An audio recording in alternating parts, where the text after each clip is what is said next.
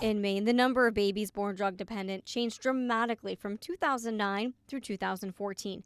And since then, it's been stable across the state. In the last 4 years, the rate has roughly been 1,000 a year, so it has been steady. Over the last 5 years, we run about 185 to 200 babies who have been exposed to opioids during the pregnancy. If taking opioids during a pregnancy, stopping can lead to withdrawal, which can then put the pregnancy in jeopardy. The body's autonomic nervous system response to withdrawal puts the uterus in a very stressful situation with contractions, etc., and then that threatens the baby, the fetus, and the pregnancy. Not all babies born drug dependent were exposed to illicit opioids or drugs. For moms who have Medicaid as their primary insurance, who were pregnant and who had an opioid use disorder, over 80% of those moms were in medication-assisted treatment during the pregnancy. Dr. Pizzulo explains it's hard to determine what the drugs are doing to the growth and development of the baby inside the womb because of multiple factors. A lot of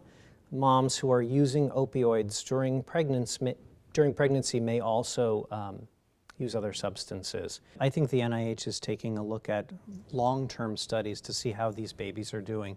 But probably it is going to be another 5 or 10 years before we know specifically what opioids might do to a developing brain and fetus. The withdrawal period babies will go through once born is called neonatal abstinence syndrome, also known as NAS. In utero, the baby is getting a supply of opioids, and then at the time of delivery that goes away, and it precipitates withdrawal. Hospitals will use a scoring system to assess how the infants are doing and try to help alleviate them during withdrawal. If they score above a certain threshold, then they are watched more closely and considered for treatment for withdrawal. What we first start seeing is kind of just irritability. They can't get comfortable. We swaddle them nice and tight. We feed them when they're hungry. They sometimes have tremors. They start sneezing. They get kind of stuffy.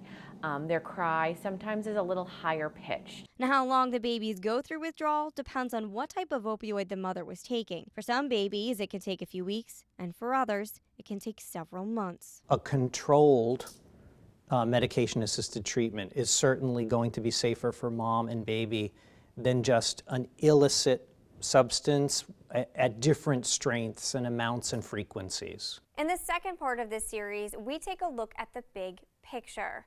What are the long-term effects of being born drug dependent, and where does the state go from here? Reporting for ABC 7 and Fox 22, I'm Gina Marini.